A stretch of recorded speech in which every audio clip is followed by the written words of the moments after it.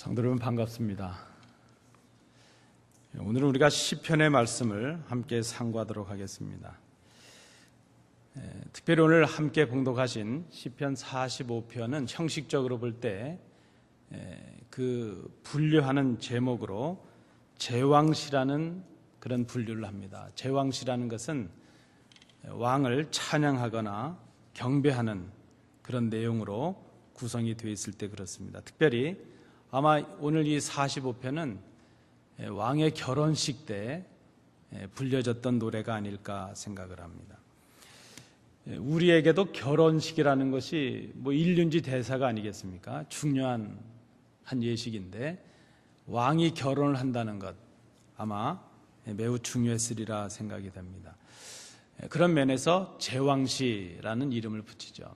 그런데 내용적으로 볼 때에 이 시가 단순히 왕의 결혼 예식을 찬양하고 묘사하는 그런 시의 형식뿐만이 아니라 내용적으로 그리스도와 그의 신부된 교회 또 성도들 그 간의 관계를 결혼식이라는 비유를 통해서 묘사하고 있다 하는 점에서 이 시를 그리스도를 예표하는 메시아 예언시라 이렇게 분류하기도 합니다.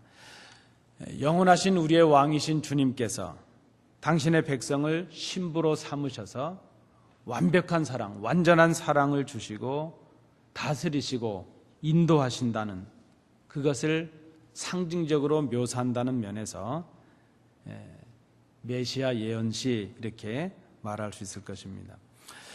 그러니까 우리가 이 단순히 구약의 어떤 왕의 결혼식이라는 의미에서만 살필 것이 아니라 신랑 되신 주님 그리고 신부된 교회, 신부된 성도 그 신랑과 신부의 완벽한 연합을 기대하는 시 그것이 바로 오늘 우리가 함께 봉독하신 시편 45편이라 말할 수 있습니다.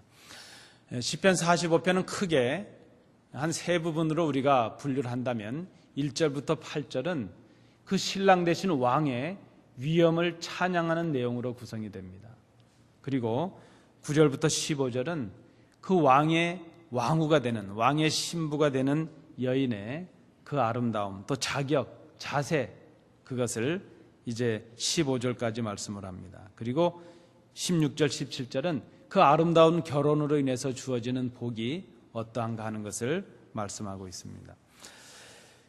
제가 말씀드리기를 이 결혼이라는 것을 그리스도와 성도와의 관계라는 면에서 우리가 이해할 필요가 있다 이렇게 말씀을 드렸는데 성경은 이 결혼이라는 것을 비유로 해서 하나님과 하나님의 백성들 그리고 그리스도와 그 교회된 성도들 그 관계를 설명하는 부분이 많이 있는 것을 우리가 성경을 통해서 찾아볼 수 있습니다. 선지자 예레미야는 이스라엘, 그 이스라엘 백성 자체를 하나님의 신실한 하나님의 충성스러운 신부로 묘사를 하고 있습니다. 여러분 잘 아시는 호세아서에서도 보면 하나님의 사랑을 거역하고 배역한 그 이스라엘 백성들을 사랑하는 남편을 버리고 음탕한 길을 떠나는 그 아내 고멜로 묘사하고 있는 그런 모습을 우리가 볼 수 있습니다. 구약 성경 자체가 많은 부분에서 이렇게 결혼을 하나님과 하나님의 백성 간의 교제와 언약을 상징하는 것으로 묘사를 하고 있다는 것입니다.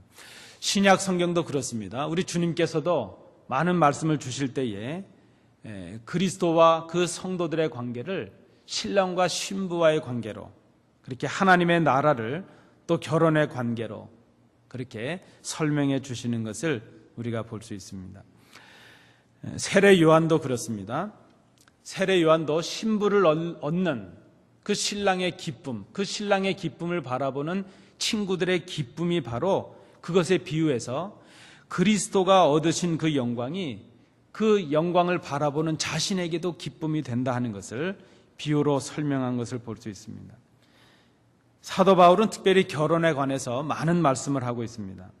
남편이 아내의 머리 된 것 같이 그리스도께서 교회의 머리가 되셨다 하는 것을 에베소서에서도 설명을 하고 있습니다. 또 고린도 후서에서도 보면 믿는 자가 정결한 신부가 되어서 그리스도께 중매가 된다 하는 말씀을 설명을 합니다. 그러니까 오늘 우리가 특별히 이 시편을 살피면서 결혼이라는 것, 이걸 단순히 우리의 제도, 우리의 어떤 일륜지 대사 그 정도의 생각이 아니라 이것을 하나의 비유로 해서 하나님과 그의 백성된 교회, 성도들과의 관계를 우리가 생각해 볼 필요가 있다는 것입니다. 그 결혼, 그리스도와 성도된 우리의 아름다운 영적인 연합이 어떠해야 될 것인가 하는 것을 우리가 생각해야 될 것입니다. 오늘 본문 특별히 9절 이하에 보면 이제 왕의 신부가 된 그 여인에게 왕의 정결한 신부로서 이제 왕비가 되어서 갖춰야 될 그 자격과 영광이 무엇인가 하는 것을 말씀을 해주고 있습니다. 그래서 오늘 이 본문을 살핌으로 인해서 그리스도의 성도된 교회, 그리스도의 신부된 우리가 어떤 모습을 갖춰야 될 것인가 오늘 본문을 통해서 생각해 보려고 합니다. 여러분, 먼저 9절 그리고 12절부터 15절의 말씀을 통해서 이렇게 정리해 볼 수 있습니다. 그리스도의 신부된 교회가 갖춰야 될 것이 무엇일까? 첫 번째입니다. 우리가 그리스도의 신부 되었다는 것이 은혜라는 것을 잊지 말아야 된다는 것입니다. 오늘 본문을 잘 보십시오. 오늘 본문은 왕의 신부가 된 왕비, 이제 결혼식에 참여하게 되는 그 왕비가 된 신부에게 주는 교훈의 말씀이라는 것입니다. 왕으로서의 자격을 말씀하고 있습니다. 오늘 함께 봉독하신 말씀 중에 9절 말씀을 보시면 이렇게 기록이 되고 있습니다. 중반 이후에 보시면 왕후는 오빌의 금으로 꾸미고 왕의 오른쪽에 서도다 그랬습니다. 오빌의 금이라는 것은 아마 그 당시에 최고의 가치를 가진 금이었을 것이라 생각이 됩니다. 이제 그 여인은 왕비가 되었고 왕후가 되었고 왕과 결혼식을 치르게 되었고 왕의 오른편에 설 수 있는 그런 자격과 권리를 갖추게 되었습니다. 이것은 그가 그런 자격을 갖추어서 거기에 서는 것이 아니라 왕과 결혼하게 됨으로 입는 은혜라 말할 수 있습니다. 그가 왕후가 되고 왕후에 걸맞는 최고의 옷과 최고의 장식을 얻게 되는 것, 그것은 그의 자격이나 공로가 아니라 그의 남편이 왕이기 때문이라는 것이죠. 여러분, 미국도 그렇고 우리나라도 그렇고 대통령 선거를 할 때 투표를 합니다. 대통령 선거할 때 그 아내가 될 그 퍼스트 레이디에 관해서도 투표를 하나요? 아니, 안 하면 안 한다고 대답을 좀 해주세요. 어느 날 그 남편이 대통령이 되면 그 아내는 그저 그 대통령이 누리는 영화와 영광, 물론 책임도 있지만 그 자리에 함께 서게 됩니다. 남편이 대통령이 되면 그 아내가 퍼스트 레이디가 되는 것이죠. 다른 나라에 보니까 여성이 수상이 되거나 대통령이 되면 남편도 그 자리에 가게 되죠. 영국도 보면 여왕이 있는데 그 남편이 그 여왕에 걸맞는 대우를 받게 되는 것을 봅니다.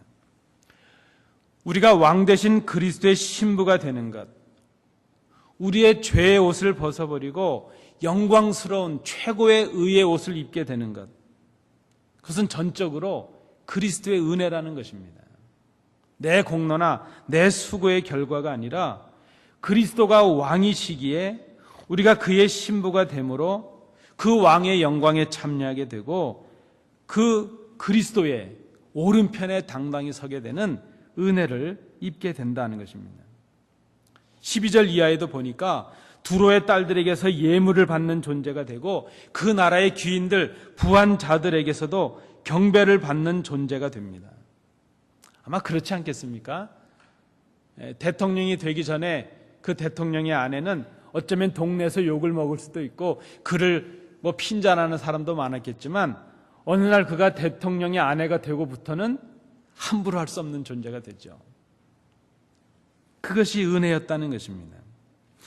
궁중에서 모든 부귀와 영화를 누리는 존재가 되고 이제 허락 없이도 왕에게 나아갈 수 있는 존재가 되고 왕의 사랑을 받는 존재가 되고 더불어 이제 그 왕비와 함께하는 사람들도 함께 왕궁에 들어가는 영광을 누리게 된다는 것입니다. 왜 이렇게 되었습니까? 왜 이런 영광을 누립니까? 왕비가 되었기 때문입니다. 왕의 신부가 되었기 때문이라는 것입니다. 왕 때문에 받는 은혜요, 왕으로부터 받는 은혜라 말할 수 있습니다. 여러분, 오늘 우리가 이 본문을 그런 면에서 유의해서 보셔야 될 것입니다. 오늘 본문은 특별히 9절 이하의 15절에 이루어지는 이 자격의 요건은 왕의 신부를 뽑기 위해서 이런 자격을 갖추라, 그것을 말씀하고 있는 것이 아닙니다. 왕의 신부를 뽑기 위한 자격을 논하는 것이 아닙니다. 이미 왕의 선택을 받아서 왕의 신부가 된, 이제 왕비가 된 여인이 앞으로 왕으로서 어떻게 살아가야 될 것인가, 결혼식에 임하는 왕의 아내가 되는 그 왕비로서 어떤 마음과 어떤 자세를 가져야 될 것인가, 그것을 지금 말씀하고 있다는 것입니다. 이스라엘 백성이 광야를 지나는 동안, 그리고 가나안의 풍족함을 누리는 동안 그들이 잊어버린 것이 있었습니다.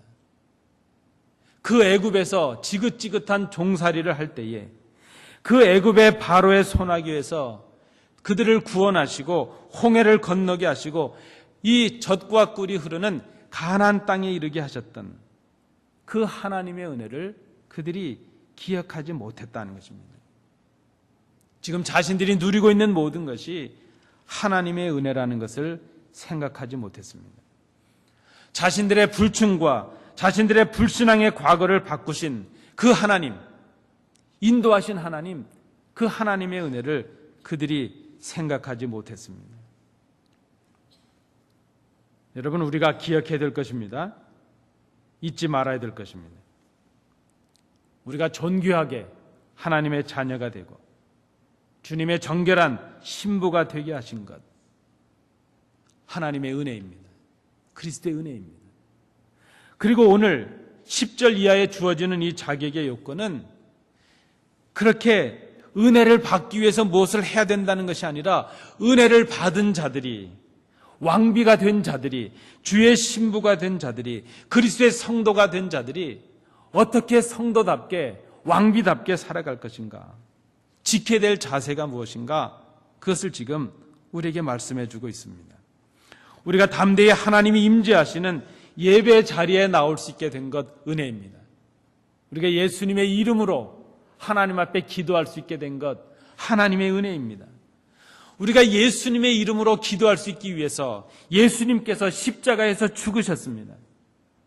그래서 여러분, 은혜롭게 하자는 말은 쉽게 할 말은 아닙니다. 우리는 가끔 뭐 하다가 잘 안 되면 은혜롭게 합시다, 그 은혜롭게 하자는 말을 대강대강 합시다, 이렇게 이해할 때가 있습니다. 10명이 가서 짜장면을 시키냐 짬뽕을 시키냐, 우리 은혜롭게 짜장으로 합시다, 그럴 때 쓰는 말이 아니라는 것입니다. 여러분, 은혜라는 말을 쓰기 위해서는 십자가의 죽음을 생각해야 되고, 은혜를 생각하기 위해서는 하나님의 그 아파하시는 사랑을 우리가 기억할 수 있어야 된다는 것입니다. 이 아침에 그리스도의 신부된 성도들이여, 그리스도의 신부된 교회여, 기억해야 될 것이 있다면 우리의 교회됨이, 우리의 성도됨이 하나님의 아파하셨던 아들을 십자가에 죽이신 사랑의 은혜였고, 그 뜻에 순종하여 자신의 몸을 십자가에 죽이셨던 그리스도의 은혜였음을 우리가 기억해야 된다는 것입니다. 우리가 잊지 말아야 될 것입니다. 나의 나된 것이 그리스도의 은혜였다. 사도 바울의 고백과도 같은 고백이 이 아침에 우리에게 있어야 될 것입니다. 두 번째, 그리스도의 성도되고 그리스도의 신도된 신부된 교회가 또 한 가지 생각해야 될 것은 10절, 11절 상반절입니다. 이번에는요, 잊을 것은 잊어야 된다는 것입니다. 신부는 잊을 것을 잊어야 한다 하는 것이죠. 오늘 본문 말씀에 보면 내 백성과 내 아버지의 집을 잊어버릴지어다 말씀합니다. 아마 이 본문의 맥락으로 본다면 이 신부는 이스라엘이 아닌 다른 나라에서 왔던 것으로 보여집니다. 다른 나라, 다른 문화, 다른 신앙 아래서 살아왔던 지난날, 그 과거를 잊어버리라 교훈하고 있습니다. 심지어 두고 온 고향까지도 잊으라 이렇게 말합니다. 여러분, 출애굽의 그 백성들을 한번 생각해 보시겠습니까? 이스라엘 백성들이 출애굽하고 나서 광야를 지나는 동안 목이 좀 가라고 먹을 것이 좀 떨어지게 될 때 그들이 했던 불평이 무엇이었습니까? 그 애굽의 고기 가마와 종살이를 하면서 누렸던 그 풍족함, 그것을 잊지 못했다는 것입니다. 그래서 그들이 불평하고 말았습니다. 이스라엘은 홍해를 건너는 순간 애굽을 잊었어야만 했고, 그들이 잊지 말아야 될 것은 홍해를 건너게 하셨던 하나님의 은혜였습니다. 그런데 우리는 항상 그런 데서 문제가 생기죠. 잊을 것은 안 잊어버리고, 안 잊어버려야 될 것은 잊어버리는 것, 그것이 우리의 문제일 수 있습니다. 여러분, 모압 여인 룻을 기억하십니까? 나오미가 이제 두 아들과 남편이 다 죽고 난 이후에 자기의 고향으로 돌아가려고 합니다. 그때 그 며느리 중에 하나였던 룻이 자기와 다른 나라 사람이지만 자기는 모압 여인이고 어머니는 이스라엘 사람인데 그 시어머니 나오미를 따르려 할 때 이렇게 고백을 합니다. 어머니의 백성이 나의 백성이 되고 어머니의 하나님이 나의 하나님이 되실 것입니다. 무엇입니까? 내가 어머니를 따라서 이스라엘 베들레헴으로 가는 순간 내 고향을 잊어버리고 내 부모를 잊어버리고 내가 섬기던 신들을 다 버려버리겠습니다. 그렇게 고백한 것 아니겠습니까? 여러분, 우리가 좀 인정하고 싶지는 않지만 우리가 인정해야 될 일이 있습니다. 우리는 옛일, 과거의 일들에 집착하는 그런 경향이 있습니다. 내가 과거 지향적인가 미래 지향적인가 하는 것은 우리가 쉽게 판별할 수 있습니다. 여러분, 한번 스스로 체크해 보시죠. 새로운 것을 배우는 것이 두렵다. 모르는 길을 찾아가는 것이 두렵다. 젊은 사람들과 대화하고 싶지가 않다. 이 중에 한 가지라도 있으면 조금 생각해 보셔야 됩니다. 또 한 가지, 또 다른 면이 있습니다.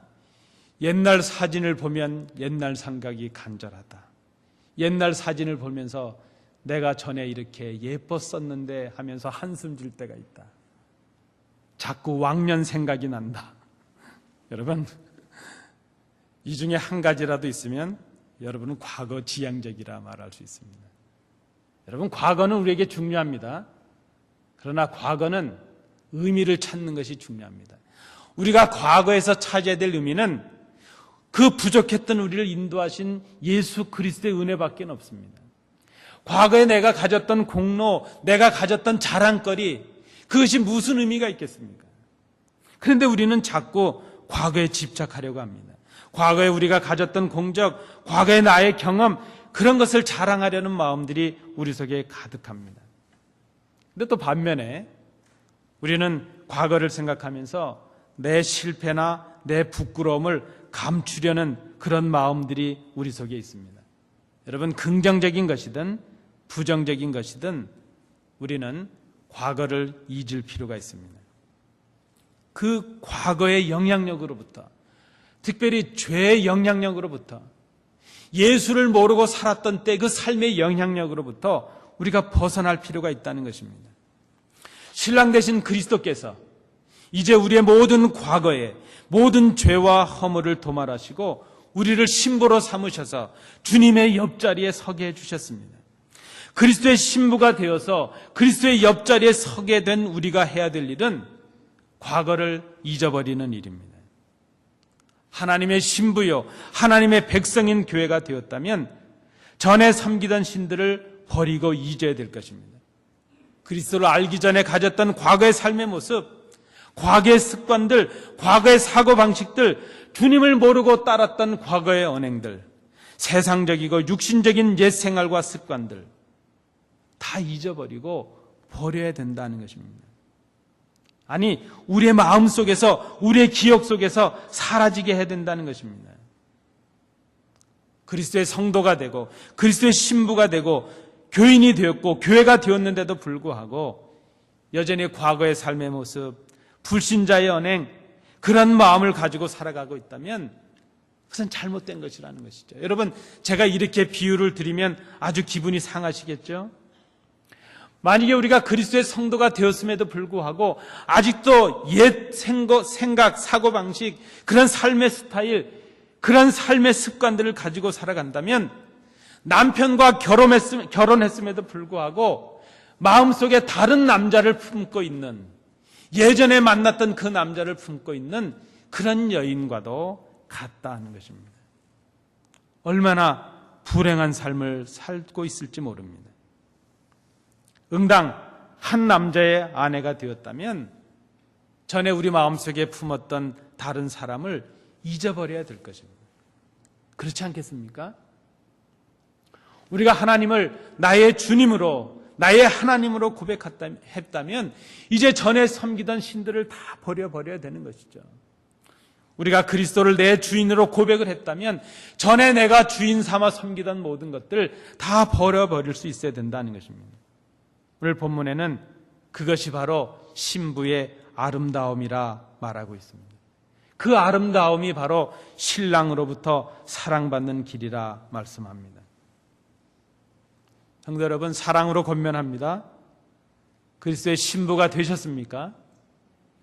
그리스도와 함께 이제 살아가는 영광의 자리에 임하신 성도가 되셨습니까? 그렇다면 그리스도의 신부답게 잊을 것을 잊어버리는 성도들이 되십시오. 세상의 것들을 버리는 성도들이 되십시오. 누가 봐도 그리스도인다운, 누가 봐도 그리스도의 신부다운 그런 삶을 살아갈 수 있어야 됩니다. 그래야 그것이 우리의 아름다움이 되고 주님께서 보시는 기쁨이 될 수 있다는 것입니다. 그리스도의 신부가 되신 여러분, 그리스도의 신부답게 잊을 것은 있는 것, 그것이 그리스도의 신부가 갖춰야 될 삶의 자세라 말할 수 있습니다. 마지막 세 번째입니다. 11절 하반절에 이 말씀이 좀 오해가 될 수 있는데요, 제가 설명을 드립니다. 세 번째 제목은 이렇게 붙여보았습니다. 신부는 남편을 경배해야 한다는 것입니다. 남편을 경배해야 될 이유는 오늘 본문에 보니까 그 남편이 주인이기 때문이라 말씀을 합니다. 남편을 주인으로 섬기라 하는 이 말은 신랑과 신부의 어떤 굴욕적이고 비인격적인 관계를 말하려고 하는 것이 아닙니다. 아내가 남편을 주인으로 섬기고 순종하는 것이 남편과 아내의 높고 낮음을 의미하는 것은 아닙니다. 전에 제가 어릴 때 저희 그 할머님, 외할머님 이렇게 보면 그 다른 분들께 할아버님을 소개할 때 우리 주인입니다, 내 주인입니다 그러시더라고요. 많이들 그러셨나요? 네, 안 그러셨어요? 저희 할머니는 그러시더라고요. 내 주인이다, 남편이 주인이다 이렇게 고백을 하시더라고요. 사도 바울도 보면요, 에베소서 5장 22절 이하에서 가정의 질서를 위해서 순종을 말하면서 이 아내가 남편을 그리스도를 섬기듯 섬기라 이렇게 말합니다. 왜 그런가 하면 남편이 아내의 머리가 되기 때문이라 말합니다. 그리스도께서 교회의 머리 되는 것과 같다 이렇게 말합니다. 그렇다면 그 말씀을 우리가 역으로 좀 생각을 해봅니다. 교회가 그리스도를 주로 섬겨야 될 이유가 무엇인가? 교회가 그리스도께 경배를 드려야 될 이유가 무엇인가? 왜 그렇습니까? 그리스도께서 우리의 주인이 되시기 때문이라는 것입니다. 여러분, 요즘은 존경이 좀 사라지는 시대다 생각이 됩니다. 한국에서 IMF가 한참 진행이 될 때에 이제 실직하고 직장에서 쫓겨나서 오갈 데가 없어서 그저 산에 가서 혹은 바둑 기원에 가서 머물던 남편들이 많았답니다. 제가 있었던 동네 한쪽에도 보면 그 수락산이라는 산이 있는데 수락산 약수터에 올라가면 낮에 그렇게 양복을 입은 남편들이 많았답니다. 멀쩡하게 출근 가방 들고 나와서 도시락 들고 나와서 거기서 책 읽고 시간을 보내면서 가족들한테는 직장이 다니는 것처럼 하고 다니는 것이죠. 그런 그 마음 상한 가장들이 많이 있었다는 것이죠. 그때 한 신문사인가요? 무슨 잡지사에서 그 남편들을 상대로 설문을 조사했습니다. 가족들, 특별히 아내에게 가장 듣고 싶은 말이 무엇인가? 무엇이었을까요? 저는 그 꽤 오래된 얘기지만 아직도 그것이 기억에 생생합니다. 그때 그 남편들이 가족과 아내들, 특별히 아내들로부터 가장 듣기를 원했던 말은 존경한다는 말이었습니다. 비록 직장에서 쫓겨나고 생활비를 갖다 주지 못하는 무능한 남편이 되었지만 그래도 아내에게 듣고 싶은 말은 당신이 어떤 조건 속에 있든지 우리에게 어떤 무엇을 해주든지 아니하든지 여전히 우리는 당신을 남편으로 사랑하고 존경합니다. 우리는 여전히 당신을 아버지로 우리의 가장으로 사랑하고 존경합니다. 여러분, 요즘 존경이 사라진 시대입니다. 배우는 사람들이 가르치는 자들을 존경하지 않습니다. 제자들이 스승을 존경하지 않습니다. 자녀들이 부모를 존경하지 않습니다. 한국에서 얼마 전에 보니까 이 아들이 더위를 먹었는지 아버지가 뭐라 그런다고, 아마 제 기억이 맞다면 자기가 무슨 TV를 보는데 아버지가 다른 거 봤다고 아버지를 두드려 패는 아들이 있었습니다. 돈 안 준다고 두드려 패는 아들이 있었습니다. 존경이 사라졌습니다. 그런데 문제는 이런 세상 풍조에 밀려 살다 보니까 마땅히 우리가 경배하고 존경해야 될 우리의 주인이신 그리스도께도 우리가 존경을 하지 않습니다. 주님을 향한 우리의 존경, 마땅한 순종과 경배를 드리지 않는 그런 성도들이 되었다는 것입니다. 기억해야 될 것입니다.